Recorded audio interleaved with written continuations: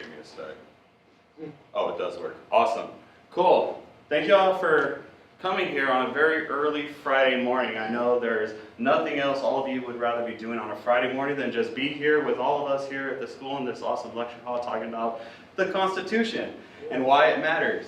Because it really does matter. Okay, those of you that had me for class, we talked about, chapter 5, chapter 6, state relations, federal relations, and we talked about the origins of the up and down. It's like being in a very toxic relationship, being in Texas, all the constitutions that we've been through, all through the Articles of Confederation, and of course the Constitution that we have now. But there's one amendment that is really, really important. It's the First Amendment.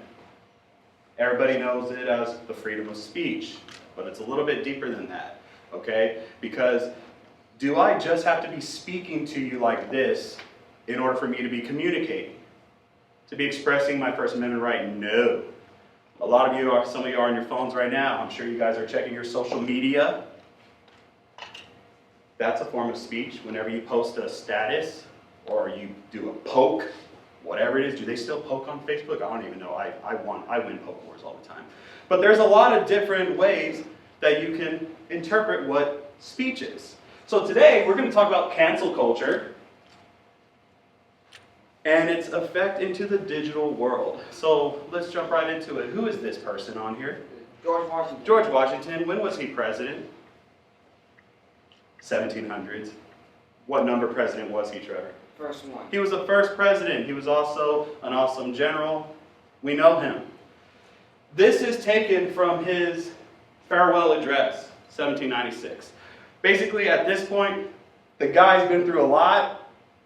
He literally pulled us from the ashes. We literally fought the best military at the time. And finally, his last words to the nation is a lot of things. But ultimately, he says, if the freedom of speech is taken away, then dumb and silent we may be led like sheep to the slaughter. Now again, look in the context, look in the time. I don't think people had cell phones or social media, or they did not anticipate the technological revolution. Technology, advanced technology to them was like railroads and trains and stuff like that. A phone would have just totally mind-boggled them. But we already start to understand, because you took my class yesterday, that around this time, we start getting into political parties. We start splitting up into factions. There's already a bunch of different ideas on what type of speech can be tolerated, which part of speech the government might like, which one the government may not like. But it all started with father of our nation, George Washington. Now, First Amendment, like I said, it's a little bit more deeper than just freedom of speech. There's 5 important things. Congress shall make no law respecting an establishment of religion. So you have every right to worship whatever gods, goddesses, whatever you want, or no God at all. You have every right as an American to do that. Or prohibiting the free exercise thereof, or abridging the freedom of speech. You should not be silenced. You have every right to speak your mind, especially when it's in relation to opposition towards the government. Of the press, you have every right to blog, go on your social media, rant, your 500 to 1,000 word long, responses. You have every right to do that. You have every right to work for any type of journal, newspaper, be able to report, print anything that you want. Or the right of the people peaceably to assemble. Just like I tell y'all in my class, we talked about little civil disobedience. We remember that word, right? Civil disobedience.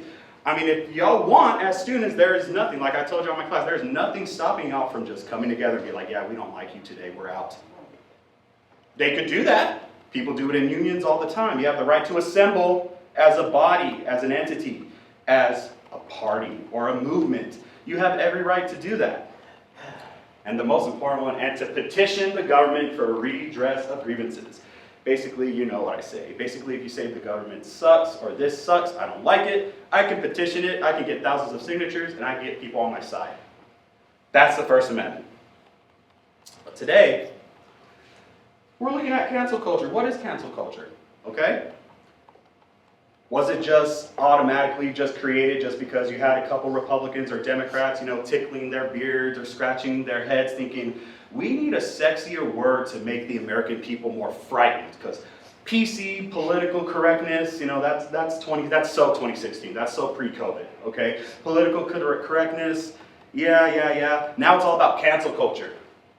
And you can see right here in this comic book, if you've been following the news, you see that there's a lot of this sense of cancel culture within history. So the Confederate statues that are being brought down, they're so offensive, they're so crazy. Gotta get rid of it, you can't talk about it. We want to erase that. That's happening right now.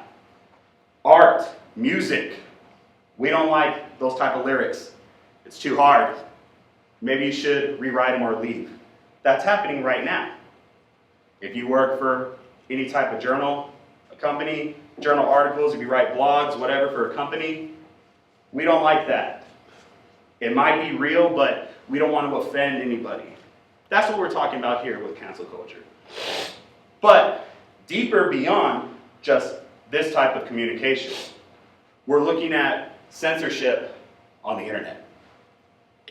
The biggest global playground for a lot of us. We use the internet. How many of y'all use the internet?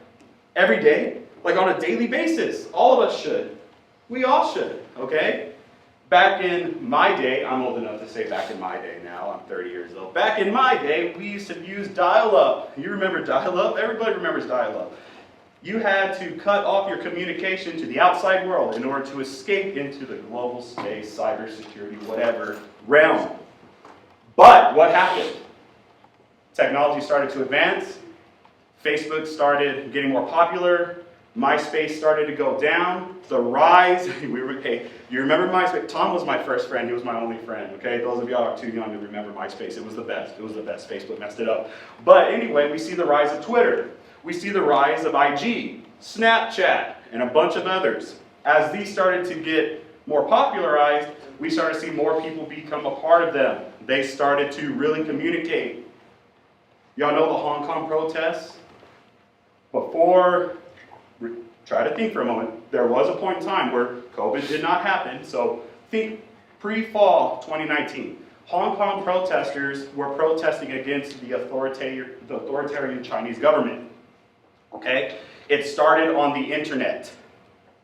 It started not with people trying to come together.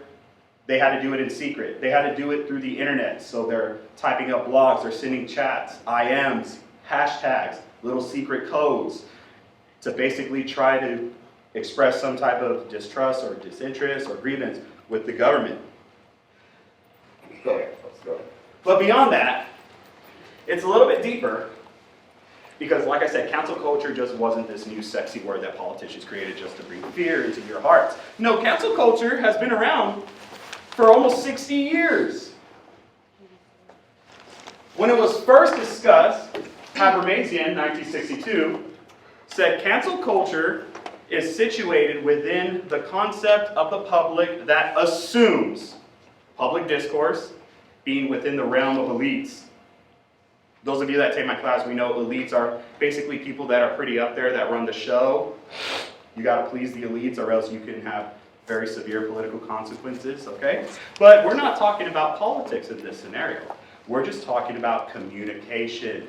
Back in the day, they did not have Twitter, IG, and social media and all those awesome, powerful technological utility benefits that we have today. No, cancel culture was within communities. If you did something that was outside of the traditional norm of what was socially acceptable, the people would hound you. They would not like what you were going to say, or what you would say, or what you were trying to say. But how is it organized? Simple. We got the entire group as a whole, the aggregate of the souls in here in this room, as one piece of the pie.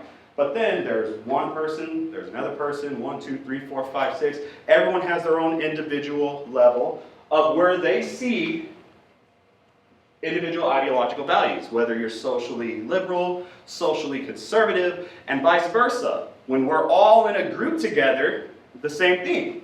Socially conservative, socially liberal, all these different polar opposites of ideological political thought.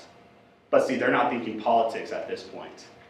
These are just natural behaviors that people have through their moralistic foundations through what they grew up with, their culture, their neighborhoods, whatever. But you can see, depending on which side you are, sometimes these can counteract with each other. They can contradict each other, and they can cause a lot of problems. And then we get into this concept early in the 70s, late into the mid-70s, and then also into the early 80s. We have the spiral of silence thesis, okay? The spiral of silence thesis ultimately lets us know that interpersonal communications within a group, meaning you're talking to this person, we're talking together, everybody's talking and communicating via text message, whatever, where a majority of voices are amplified and minority voices are silenced due to fear of loss of popular approval, social status, or power. Ultimately, it's just like what we talked about in political parties. If you were in my class yesterday, whenever we're in one giant political party, but then there are some people within the political party that wants to divide and dissolve the party, you have a minority voice. You have a powerful voice. You can use that. And then all of a sudden, if you use that, and if the mainstream people don't like it, it can spiral out of control. And it's due all to the fact of what you are wanting to say, how you personally feel, no matter what your cultural views are or your politics. It's kind of like a spiral that goes out of control, okay? It's like a rabbit hole, just like we learned earlier, but it's a spiral of silence to try to keep you silent. And then within that, there are two variations of dominating culture. Dominating culture means, hey, you don't do that here, we don't do that here. You're not from here, you're an outsider, this is our culture, this is our norm. The first one is through what is called modernization theory, okay?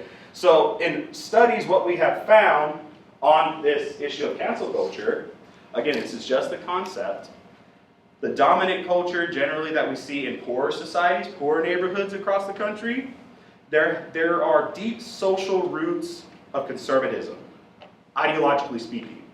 Now, those of you that have taken my class, in the United States of America, is conservative a political party? No, it is not. Is liberal a political party? No, it is not. It's an ideological thought. So next time you go up to somebody and they say, oh, I'm a member of the conservative party in the United States, you say, no, you are not. You're living in your own world. That doesn't exist.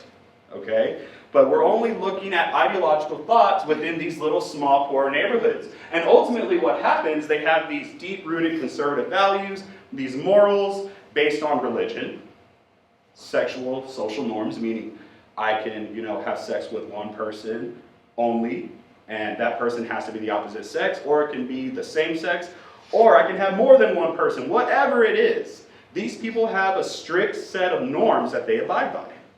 Gender equality. Are we going to allow women to be equal? Or are we just going to keep them down? Stuff like that. Family, race, class, and nativism. Nativism being no outsiders. This is all rooted within the modernization theory of cancel culture. And then the other one, we have congruence theory. We have a big giant society. We have a community right now. Culture matters. Values matter. The way you perceive certain issues matter. But then when we're all together in a community, we see that, our communities are developing, society's changing, whatever traditional values you might have, and again, these neighborhoods tend to have more socially conservative values. So if you're a liberal-minded individual, you're scared to even speak your mind. You see what I mean? So therefore, if you're afraid to speak your mind, you're therefore afraid to express your views, your personal moral beliefs, without any type of social penalty. That can be anywhere from, hey, don't talk like that again, or hey, you'll walk outside and see your cars like on blocks. And whatever they want to do, social penalties can be paid the price. If you're a minority voice within a dominating culture, within this cancel culture concept. But that's just us talking. Back in the 60s, they didn't know how to analyze cancel culture because we only lived in neighborhoods. We only talked on cell phones. We were just communicating with each other through neighborhoods. And then the internet happened. The internet is a baby. I'm older than the internet, okay? Barely even like a little over 30 years the internet has been here. And then like we see over here, I'm pretty much willing to bet a lot of you in this room right now have at least 3 of those. Everybody has Facebook. If you don't have Facebook, I'm sure you got Snapchat. I'm sure some of you got IG. I'm sure a lot of you watch YouTube. Some of you are probably YouTubers, or at least attempting to be.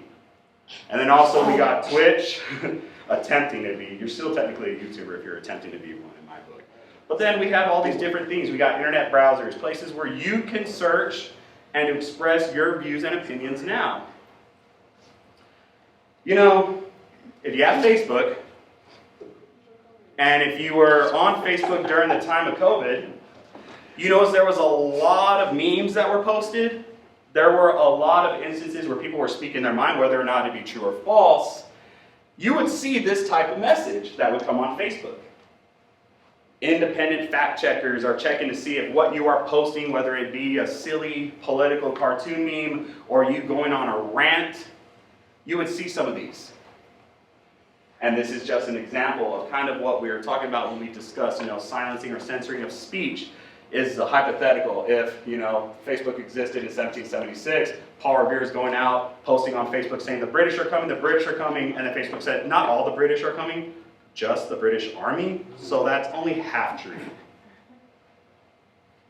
Pretty much that's how the algorithms work, but this is beyond just Facebook. Specifically, we want to look at YouTube and Twitter. But why these specific platforms?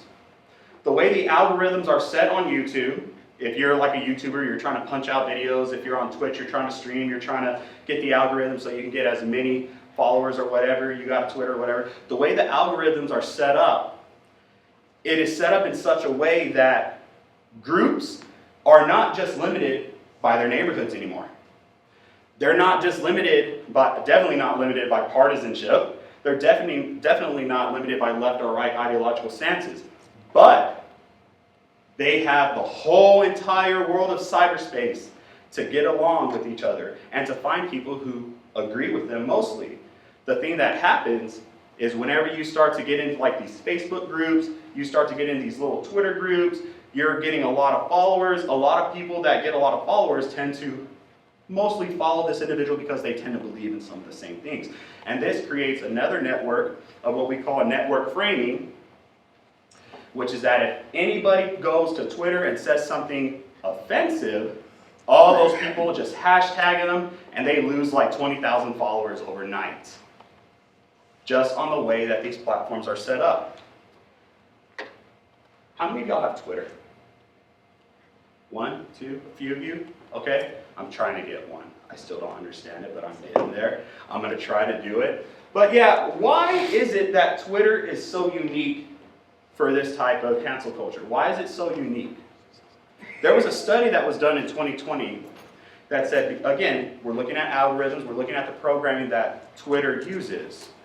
Twitter is unique in that it can foster, meaning that it is more likely to show a way of getting people to think the same way, to be on their certain blocks. And this creates an ideological rigidity effect, a lack of nuance due to the typical brevity of any individual post. So in other words, if you tweet something that, this is assuming that you have more than, we're talking about people who have like more than like 10 followers, okay? Like, don't kid yourself if you only got like 10 followers. You gotta have like at least a couple thousand, a few thousand, okay? If you say something that's offensive to your community, the way the hashtag system works on Twitter, these people can badger you. They can really make your life really difficult whenever you're taking it to Twitter and trying to speak your mind. The way that it's set up through the hashtag system kind of encourages militant behavior and encourages, that's why you see a lot of mean tweets, a lot of mean comments come around, all through Twitter. Like I said, this isn't just neighborhoods. This isn't like when we were trying to talk about this back in the 60s and the 70s and the early 80s. We're talking about social media. Social media is on the internet. It has a wider global outreach. Cancel culture ultimately demonstrates how content circulation via digital platforms, Facebook, Twitter, YouTube, etc., how these digital platforms facilitates fast, large-scale responses to acts deemed problematic. So we have some celebrities, and some of them have deserved to be canceled because of some of their racist, bigoted stuff that they said, but for some people, they're just expressing like a political opinion. Nothing bad, but the way that the social media algorithms are set up, it's set up to where if we don't agree with what this person said, especially if they're a politician, especially if they're a person, a high-ranking official, like at a university, if they represent the state at some level, for sure if you're a celebrity, if you're like a YouTube celebrity, whatever, they pretty much have a giant spotlight on these people. And if you step out of your bounds to what they think is offensive, they think that's problematic, they're going to try to take you off. So what can we do? Do we just be silent? Do we just shut up and dribble? Shut up and play? I see you shaking your head, Marlon. I know what you're thinking. No. What can be done? These platforms have a wide political outreach. There's over 1 billion people on Facebook right now. I think that's like at least 15% of the world population, just like on Facebook. So these platforms are going to get bigger. They're not going away. Facebook is not going away. IG is not going away. I know some of y'all would go crazy if Snapchat went away. But, because I hear those notifications all the time in class. But, what do? We just sit back? No. Because like any other nation that allows you to create anything, to speak your mind with the freedom of speech, with the First Amendment, trust the market. Anybody know what Odyssey is? Have we ever heard of Odyssey? Odyssey is basically what YouTube used to be. So before it got politicized, before it got bought out by Google and had all these censored restrictions on certain ideological discussion, Odyssey basically said, yeah, we know this sucks. We know people want to have the freedom to post whatever videos they want, whatever podcast. If you're a conservative podcast talk show individual, we want to be able to create a new environment. So if you go on Odyssey right now, you're going to see that it basically mimics YouTube. It's in the baby stages right now, but there's also discussion about something that is trying to compete against Facebook. I mean, Tom might come back for MySpace. I'm hoping MySpace comes back. It was awesome. Profile songs were the best. Top friends were the best. You remember? Yeah. You would start fights if you didn't have your friends and your top friends. It was crazy. It was crazy. But you got to trust the market.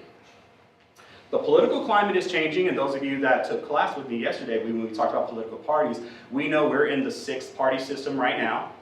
We discussed specifically, I won't go into too much detail, but we know what is dividing us culturally. We talked about income inequality, all these other different varieties of issues that are dividing us and polarizing us right now. And social media and cyberspace is not going to go nowhere. Instances like this, examples like Odyssey, are going to keep coming up. And when they come up, like everything, it'll ultimately be replaced by something good. To give you the opportunity to speak your mind or to be creative any way you want without any type of consequence. And for those of you that have me, that's how you do sources. Don't they look so cool? And that's all I have, folks. Thank y'all. Any questions? So how do you feel, what do you think, or when do you think they're going to put regulation on social media? You know, you hear there should be some type of regulation, just like you do on TV. You know, right. There are certain things you can't show on TV, or can't be on television. You know? I think ultimately what we're doing is we're trying to find that balance. We're trying to find how much role the federal government should have, because ultimately the states are going to have their own. You have Texas that was trying to sue Facebook, you know, Mark Zuckerberg, because of what happened, you know, with a lot of stuff that happened like a couple years ago with the algorithms and, you know, censoring conservative individuals. But I think it's just about finding that balance, because what we want is we want to have people to have the freedom to speak whatever they want, but we also know that there is a line. I mean, we want people to put information that is useful. We want people to put information that is fact-checked. But then I think, you know, again, it crosses that gray area of we have freedom of speech to say whatever we want, but then again, at what point does liberty give us consequences? Okay, liberty always has consequences. You can have all the freedom in the world, but especially when you take to social media, not everybody's going to have high levels of education, so they could literally believe anything that you say. But I think ultimately we just have to wait and see. We have to see ultimately, especially what happens. I mean, if we get, like if Trump gets reelected, we know how he's going to feel about certain things. If the Republicans take over Congress, we know how they feel about social media and censorship. But we just have to ultimately wait. But I think what you'll see is, again, just resurgence of different platforms that will ultimately try to counteract any type of censoring policies that these people do. And if you don't mind sharing with those of you, the students, is every college and university has a freedom of speech policy. At one time, colleges and universities designated a specific area of the college or university where free speech could be done, but that has gone away. Now, a college or university can still limit if they feel like it's going to interfere with what's going on in classrooms or with, learning or things like that. So if you're ever feel like you need to express or you need to, you feel like it's free speech and you need to say something, then I would recommend, because some places make you sign when and where and what you're going to be talking about. So even though free speech, you should be able to say it whenever you want, however you want, there are still some things that are limiting you to, well, no, not necessarily limiting, but rules you have to follow in order to do that. So, does our college here have a free speech zone? Because I know in some universities it's basically like, stand your ground, only stand in this little circle and you can say whatever you want. Do we have that? I would like to say, the center courtyard just right here, is free speech. Because again, anywhere else, we would say is, well, you're basically saying to that. So here you could say people are on their way to the caf or people are on their way to class around, you won't necessarily interrupt anything. To be the free zones, free speech zone would be the center courtyard. So that's what we say. Anything else? All right, without further ado, I'm going to go ahead and turn it over to Dr. Fair. One of them, at least. One of the Dr. Fairs will be speaking next. And thank y'all so much for your time.